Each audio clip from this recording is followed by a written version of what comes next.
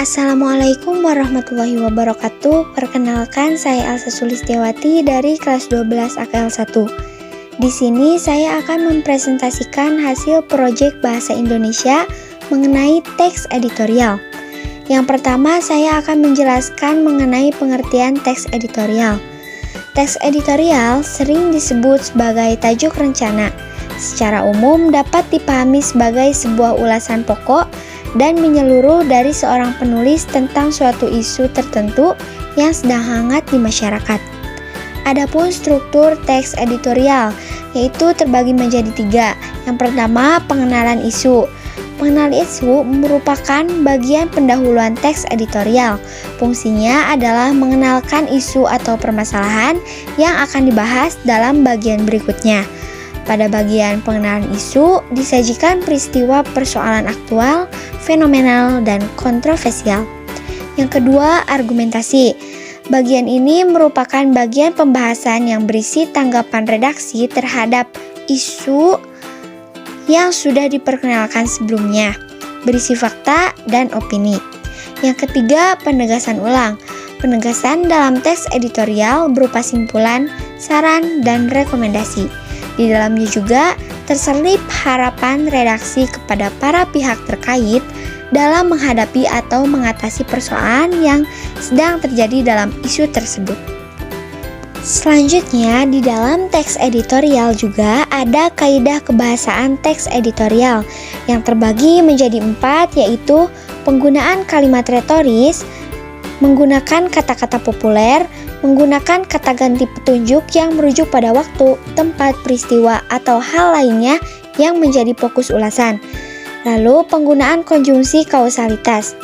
Adapun tujuan teks editorial secara umum, yaitu mengajak pembaca untuk bersama-sama merenungkan isu atau peristiwa yang sedang menjadi sorotan, memberikan kesempatan bagi pembaca untuk tergerak dalam menanggapi suatu isu atau peristiwa setelah membaca teks editorial yang dibuat redaksi tersebut, menuangkan pendapat tertentu tentang isu yang sedang hangat diperbincangkan oleh masyarakat, memberikan pemahaman lebih mendalam kepada pembaca mengenai isu atau peristiwa yang sedang aktual, menyajikan materi kepada pembaca yang bisa dijadikan masukan sebagai bentuk penyelesaian masalah atas isu yang sedang menjadi sorotan.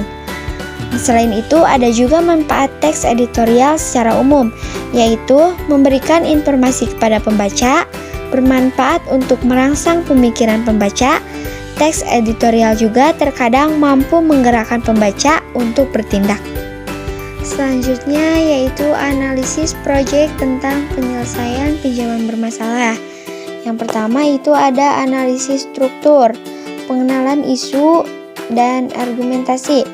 Pengenalan isu dan argumentasi tersebut bisa dibaca dan dilihat dari gambar ini.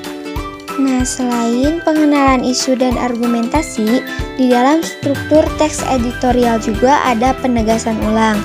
Nah, ini dapat dibaca di gambar juga untuk penegasan ulangnya. Setelah analisis struktur, nah ada juga analisis kaidah kebahasaan. Yang pertama, menggunakan kalimat retoris. Kalimat retoris dari teks yang saya buat yaitu, apa benar setiap orang berhak menjadi anggota koperasi? Nah, yang kedua, menggunakan kata-kata populer. Kata-kata populer dari teks editorial yang saya buat yaitu yang pertama ada utang, yang kedua ada diskriminasi, dan yang ketiga ada risiko. Lalu menggunakan kata petunjuk. Kata petunjuk dari teks yang saya buat yaitu, dilihat secara garis besar saat ini peluang dan kebutuhan ekonomi pada koperasi simpan pinjam lebih mudah jangkauannya dan lebih cepat dalam proses pencairan pinjaman dibandingkan dengan lembaga pembiayaan lainnya. Nah, yang terakhir yaitu penggunaan konjungsi kausalitas. Kata petunjuk dari teks yang saya buat yaitu, oleh sebab itu, perlu untuk diketahui terlebih dahulu sebab-sebab timbulnya kredit bermasalah bagi lembaga pembiayaan sebelum mencari alternatif pengelolaannya.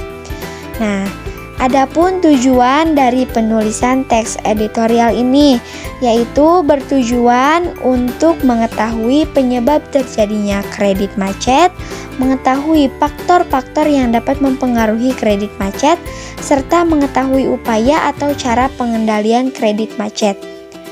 Adapun manfaat dari teks yang saya buat yaitu mampu memberikan sebuah informasi agar dapat membantu semua lembaga perkreditan dalam proses pengambilan keputusan pemberian pinjaman. Sekian yang dapat saya sampaikan, mohon maaf atas segala kesalahan. Wassalamualaikum warahmatullahi wabarakatuh.